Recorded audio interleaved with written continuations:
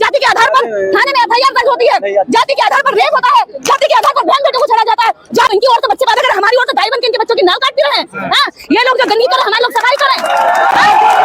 आप जाति बांटना चाहते हैं, आप बटा हुआ नहीं है आपकी जाति क्या? जाति क्या भाई? लोग सबको अपनी अपनी जाति पता है, बांटना चाहते हैं सबको अपनी जाति पता है। क्या किसी को जाति पता है क्या? नहीं पता तो मम्मी से पूछना, पापा बता देंगे। इस देश के अंदर हम जाति बांट रहे हैं, हम जाति बांट रहे हैं। जाति के आधार पर बाबा साहब डॉक्टर अम्बेडकर को स्कूल में नहीं घुसने दिया और कहना कि हमने जाति बनाई है, हम बांट रहे हैं। बाबा साहब डॉक्टर अम्बेडकर दुनिया के सबसे बड़े सिंबल ऑफ नॉलेज से बात करने वाले व्यक्ति, उनको आज तक ये बर्दाश्त नहीं करते, भीमता कहते हैं ये, और हमने जातिवाद बना दिया।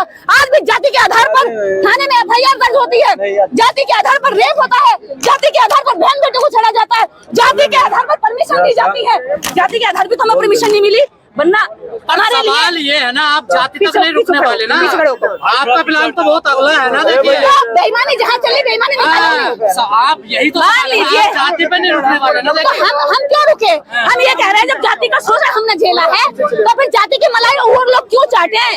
जाति का शोषण जिन्होंने झेला है, अगर वाल्मीकि ने जाति का शोषण झेला तो उसको उसकी संख्या के आधार पर उसको दीजिए ना।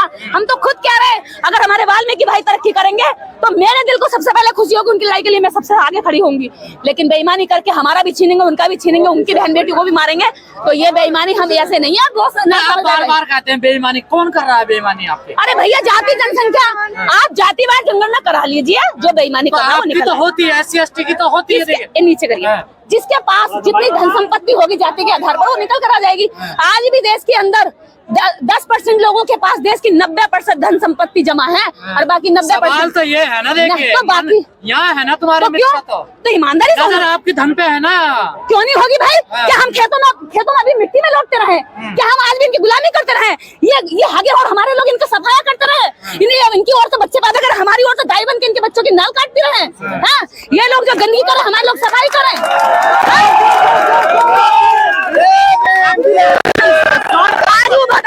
काजू बादाम की खेती हमारे लोग करें और काजू बादाम का आटा ये खाए, हमें ना मिले मूंगफली भी।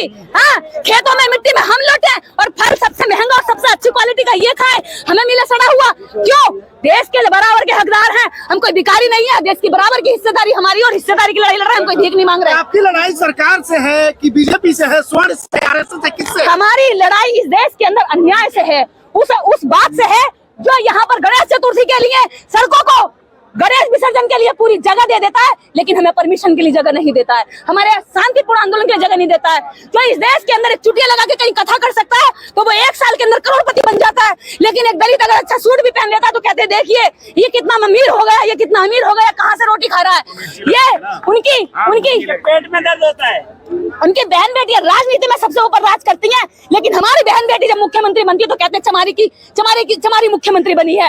यहाँ हमारी इस असमानता से लड़ाई हमारी किसी व्यक्ति से नहीं भाई, हमारी किसी पार्टी से है। हम तो कहते हैं अगर बीजेपी हमारे हक अधिकार की लड़ाई लड़ती है तो हम बीजेपी के साथ है, कांग्रेस करती है तो हम कांग्रेस के साथ है। हम क्यों नहीं जा रहे उनके साथ? क्योंकि दोनों हमें फुटबॉल की तरह खेलती हैं, तो तू पीट या तू पीट, दोनों हमें आपस में मारती हैं। इसलिए हम अपनी पार्टियों के साथ आए। मैं ये कहती हूँ आज ऑन कैमरा लोगों से, अपने पूरे बहुजन समाज से, अगर आपको बहन जी पसंद नहीं है तो चंद्रशेखर का साथ दीजिए। अगर कुछ लोगों को चंद्रशेखर पसंद नहीं है तो बहन जी का साथ दीजिए, लेकिन दुश्मन का साथ मत दीजिए। दुश्मन का साथ मत दीजिए। जो जिनको तुम्हारे साथ आ जाए।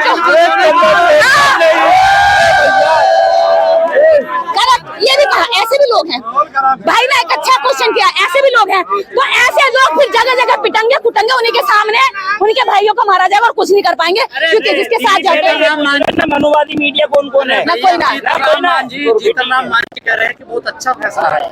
देखिए जीतन राम मांझी का तो पेट भर गया, ठीक है, बुढ़ापा आ गया, ठीक है, और ऐसे लोग हैं ये जिन्होंने ओबीसी बनकर सबसे ज्यादा खाया। ओबीसी की लड़ाई बाबा साहब ने लड़ी, ठीक है, मंडल कमीशन रिपोर्ट को लागू कराने के लिए काशीनाथ साहब ने लाठियां खाई, यहाँ बोर्ड क्लब में उन्होंने आंदोलन किया, लेकिन ओबीसी के अंदर कुछ नेताओं को छोड़कर बाकी नेता अभी ईमानदार से सामाजिक न्याय की लड़ाई नहीं लेकिन लड़ जो रहे। लोग इस लेकिन लड़ाई तो आप लोग लड़ते हैं यार, चुन के जो संसद में आते हैं वो बोलते नहीं है, तो क्या है ये? उनके बहरों को जगाने के लिए तो लगातार ये समाज इकट्ठा हो रहा है और बोल रहे हैं चंद्रशेखर आजाद लगातार बोल रहे हैं, हर मुद्दे पे बोल रहे हैं और भी एक दो नेता बोल रहे हैं। तो हमारे अभी संख्या बढ़ेगी, अब ये तैयारी जो चल रही है ऐसे बोलने वाले लोगों की संख्या बढ़ाने वाले हैं हम कि अंदर जाए। और जो वंचित रह गए, नीचे दबे कुचले रह गए, उनको नहीं ऊपर उठने उनका हाथ पकड़ के उठाने के लिए तो जातिवार जनगणना की लड़ाई लड़ रहे हैं। भाई क्या कर रहे हैं, बार बार समझ में नहीं आ रही